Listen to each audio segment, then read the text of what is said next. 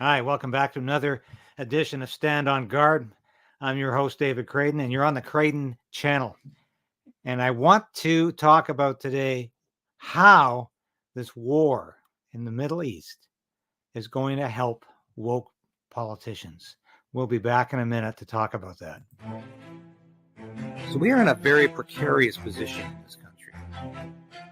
We need political change, but we also need the resolve to resist.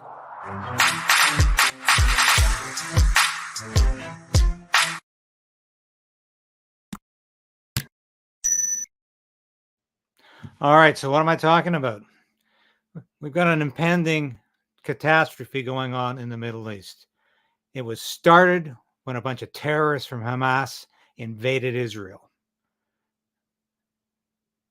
It's escalating every minute, every hour, every day as Israel prepares a counterattack that could involve the United States and could eventually involve all of the Middle East. This is bad news for the world because we need peace in the Middle East like we need peace in Ukraine. Nobody is going to benefit from a war in the Middle East. War brings impoverishment. War brings poverty. And that's what's going to happen. And it could bring a nuclear cataclysm. We are already pushing Russia towards a nuclear confrontation. NATO is continuing to arm Ukraine.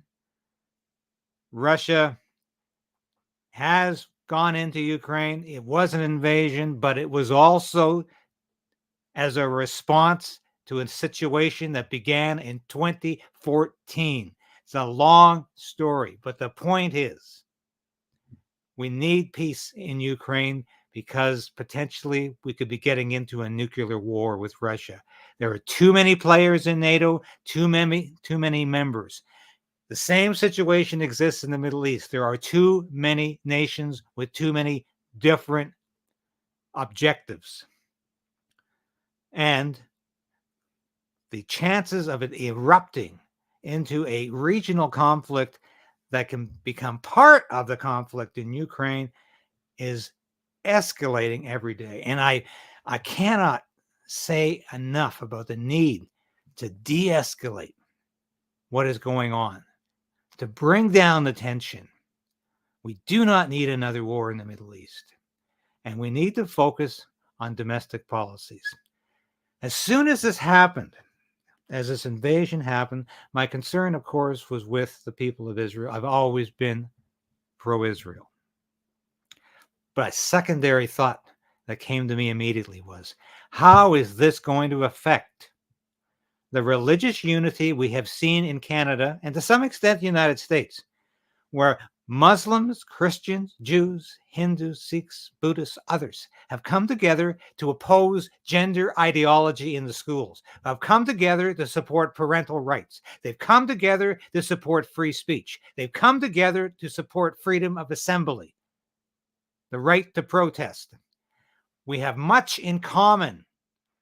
But once again, the politics in the Middle East is contaminating the politics in Canada.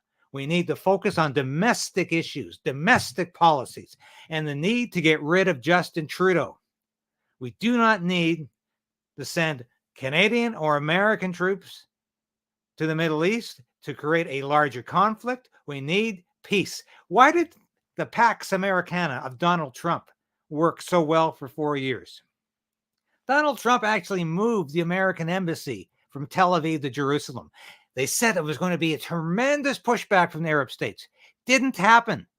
Actually, peace treaties were signed. Why? Because peace is prosperity. War is poverty. And Arab nations like Israel need peace. They need the breathing space in which to create economic prosperity, which does not happen when you're spending all of your national treasure on armaments and you're killing your population in a war. You're killing the best and the brightest in the war. That's exactly what's happened to Ukraine. Millions have died in a conflict. And the armaments industry is the only one making hay out of this, actually enriching themselves off the blood of millions. I'm an ex-military person. That's a difficult realization to come to. But it's time to say, let's give peace a chance because it means prosperity. And that's what Donald Trump did for 4 years, and it worked. Not a single new war during those 4 years. What have we seen under Joe Biden? And for that matter, under Justin Trudeau? Constant feeding of foreign wars and the danger of things getting worse. So if we continue to fight in this country over squabbles and issues in the Middle East, we're not going to have that coalescing of religious unity that we saw during the million-person march, the 1 million march for children that occurred on September 20th. And that is extremely important because for once we saw a divergence between portions of the population that Justin Trudeau once took for granted. They were saying no to his policies and no to his reelection.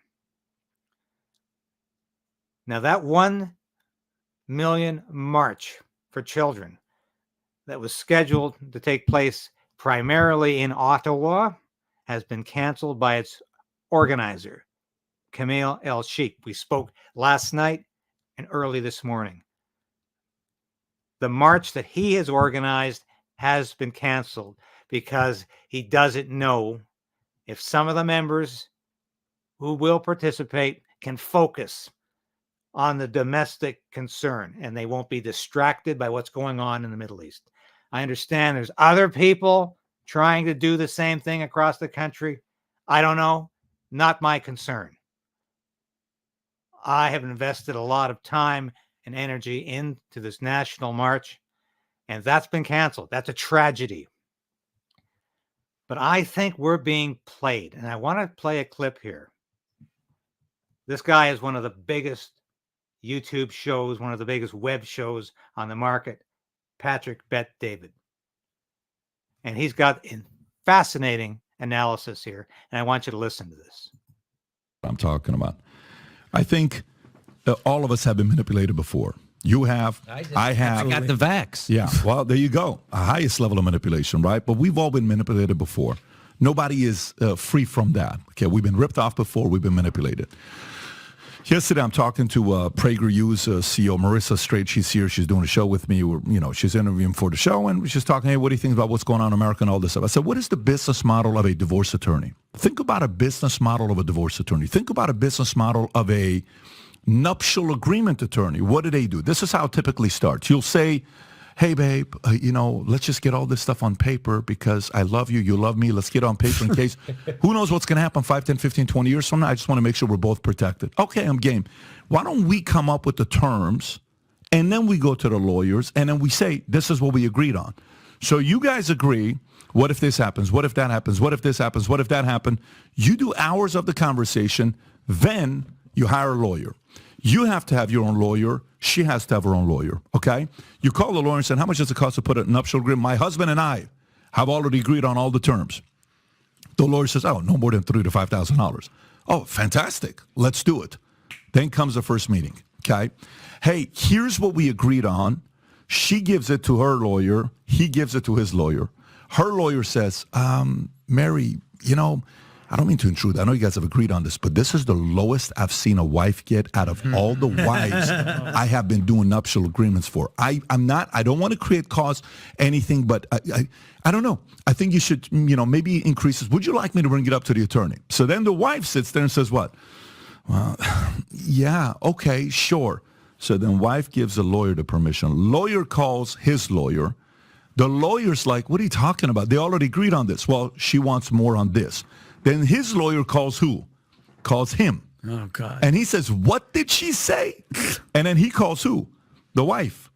And he's like, what are you talking about? Well, babe, she said no wife, da-da-da-da-da. I was like, we agreed on this. What are you talking about? Fight breaks out, right? What happens behind closed doors? The entire time you're thinking your lawyer is on your side, Her lawyer is on her side, but the reality of it is the lawyers are on each other's side. The more conflict they create between the husband and the wife, a month later, 2 months later, the bill comes. $11,728. What's this? I thought I said 3 to 5. Yeah, but I didn't think you were going to have all these other changes. You asked for another. I never asked for the changes. You caused it. What's going to cost $11,000 this? What's the point? I think these divorce lawyer, nuptial agreement lawyers are actually the establishment. This is the perfect analogy where they're using the parties on different sides who may differ in certain, like right now you said, I disagree with Matt Gaetz on this, but I agree with him on pa. So what's starting to take place is on Democrats and Republicans are like, look, dude, if there's something we're both on the same side with, I'm anti-establishment. Muslims and Christians, dude, I'm against what they're doing with, these kids, LGBTQ. I'm pro-family. You cannot touch me. We're on the same page. Wait, what? Christians and Muslims, yeah. BLM and this MAGA, dude, I can't stand the fact that, but we're on the same page with this. Families, I'm living in Chicago, you're coming in to use my gym for migrants. What the hell are you talking about? This is my gym for my kids. And Republicans in Texas, we got to protect the border. I'm a Republican, you're them. But dude, we're on the same. So what's happening, all of this manipulation, people aren't starting to realize. We're on the same page when it comes down to them forcing us what to do. I'm not for this anymore. And then what happens with the Gallup polls? It's shown what it's shown. What happens with Ukraine? But the part that's the hardest thing to do is the lifespan of manipulation. It's the lifespan of manipulation. Is it 1 day? Is it 1 month? Is it 1 year? Is it 10 years? Is it 50 years? You joined the feminist movement 50 years ago and you're 68 years old now. Guess what? It's too late. Because they got you for 50 freaking years. Our job is to try to shorten the lifespan of how long we're manipulated. The shorter we're manipulated, the sooner we can be like, whoa, I'm free. I see it. I see what's going on. But so the goal is for us to kind of go and say, boom. No, I get it. I see what you guys are doing. I'm not with it. That's the part where I see hope in both sides seeing that the divorce attorneys are trying to create a divorce in America to make more money and fees on the back end. I think the American people are starting to realize what's really going on. But Exactly. Now, took me a while to get into this when I first watched it. And I'm thinking, the divorce attorneys? Yeah, that's exactly what's going on here. We are being set up. We are being led by the nose. We are being fixed. This is what's happening because they want to get a big hate on. They want us to get so mad at Muslims. They want Muslims to get so mad at non-Muslims. They want everybody to be mad at each other so we don't focus on the issues that are important. The United States has a completely open border. As long as they're focusing on Israel, they won't do anything about the border. And as long as we've got Muslims here more worried about what's happening in Palestine and Christians and Jews starting to hate Muslims, thinking they're all terrorists, we're not going to be dealing with the important domestic issues at hand. And I don't just mean gender ideology and the indoctrination of children in the schools. I mean the euthanasia program that Trudeau has set up and that's expanding every year and will include the mentally ill in the near future. I'm talking about his crazy abortion on demand, unrestricted abortion on demand policies. I'm talking about his threefold internet censorship plan that the worst is yet to come with. And that's the Online Safety Act. That's going to be coming this fall at the latest winter. And you can bet that is going to have horrific consequences for independent journalists, for new media, and for that matter, for legacy media. It will not be allowed to report anything the government deems to be disinformation because disinformation won't be defined. So while we're fighting about what's happening in the Middle East, Trudeau and Biden will continue to push their woke ideology and their woke politics through their legislatures, through the Congress, through the Parliament, and it's going to happen because we're going to be too busy fighting amongst each other. And that's an old way of dealing with your enemies. Divide and conquer. There's nothing new about this. They've been doing it for ages. The powers that be, the establishment, the money, those in control, they know how to deal with their opposition, especially when they get together and they say, hey, we've got so much in common here. We agree on so many issues, and we disagree with the way the government's treating us. Divide and conquer. Make them hate each other. We did it with Roman Catholics and Protestants for years. Now that we have a more diverse country, the funny thing is, a lot of these different religions believe the same on a lot of very principal issues. What's the government going to do about that? What's the establishment going to do about that? Make them fight, divide and conquer. Keep them fighting amongst each other over what's happening in the Middle East. Now, that's exactly what's going on. That's exactly what Patrick's talking about here. I want to add another section. This is from Redacted, which I'm often on. In fact, I'm on today's show. But Clayton Morris is talking here with Natalie Morris about how we are being played like fiddles in all of this. Let's listen to this. This could be Hamas having blocked a portion of this exit, the Rafah border crossing there, and that's why they were being targeted by Israeli airstrikes. So that this was nothing more than that they were attacking Hamas, which has been blocking people from going to the border. So, but they've already hit this site multiple times. So that is the very latest on that. So as we await Israel's impending invasion of Gaza, we're also watching the United States sending another carrier strike group into Israel. And guys, this impending war is coming. This is about to happen. This is, not unlike what we saw back in, a number of years ago in a similar situation. The United States sending these carrier strike groups into this area. So, though, don't you guys get the feeling, though, that we are all being played like a fiddle right now by the deep state that desperately wants a regional war here, that using any major catalyst they can get their hands on right now, they can use to justify an invasion of Syria, Iran, Lebanon, Somalia? We've already invaded 2 of those countries, by the way. So those are 2 that we've already checked off the list, Syria and Somalia.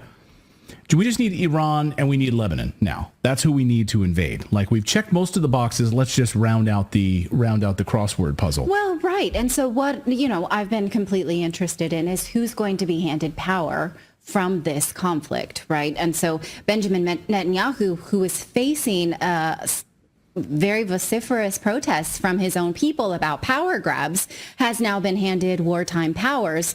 Will those be receded? Will Netanyahu now have unconditional power inside of his government? These are important questions to watch because we saw so many power grabs after 9/11, and those powers of surveillance, powers of declaring war without congressional approval have never been given back. And so we want to make sure that we don't repeat the mistakes of the past after a terror attack. But it seems like, no one's keeping a spreadsheet here.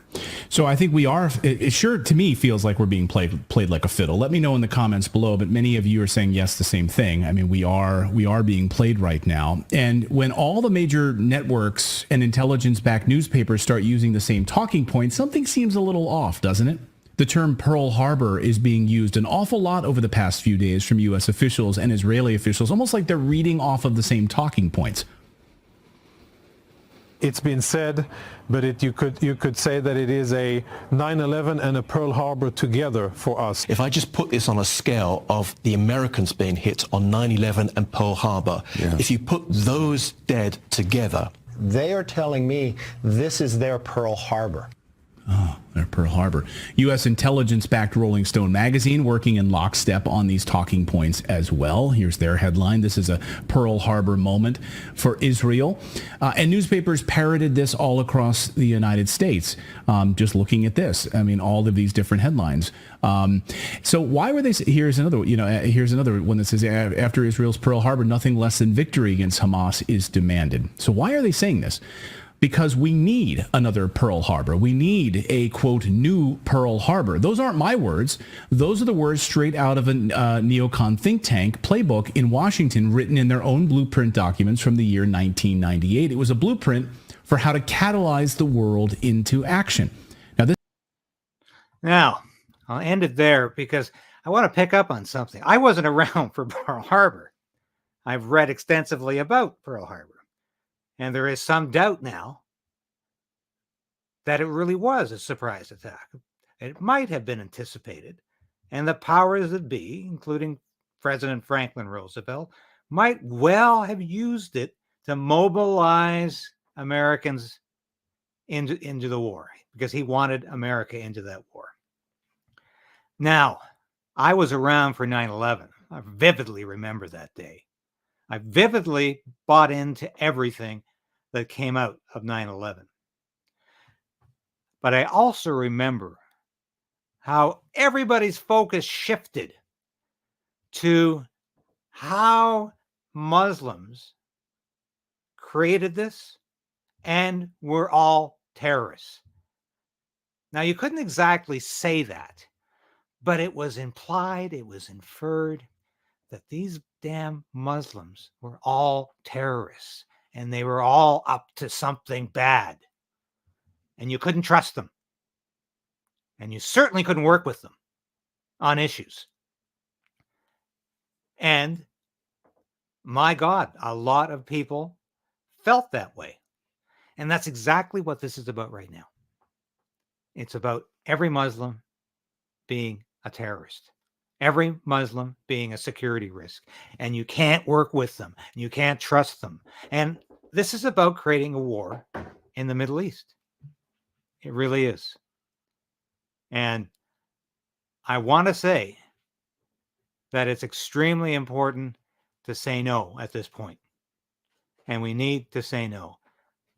Thanks for watching today.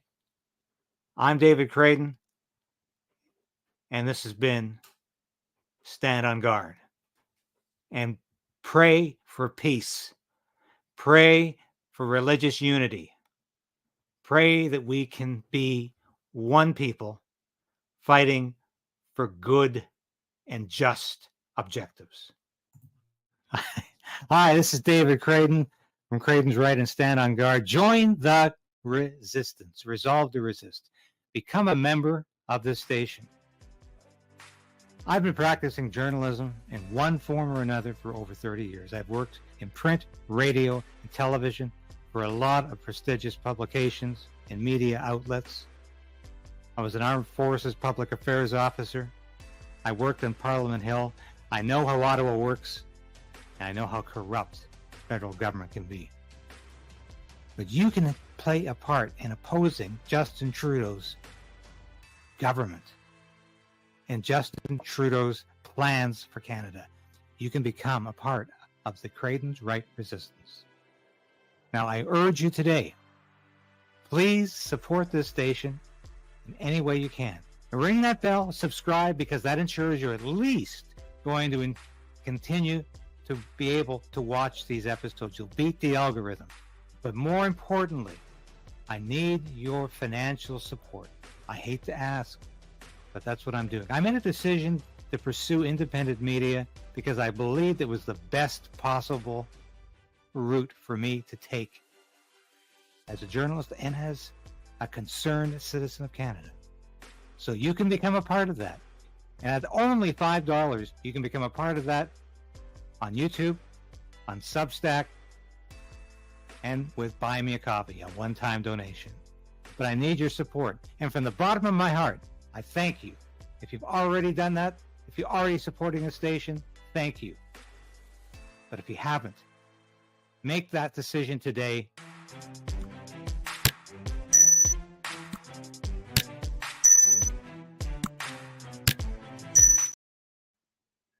Thanks again, and we'll see you soon with another broadcast from Stand on Guard. You've been watching the Krayden's Right channel.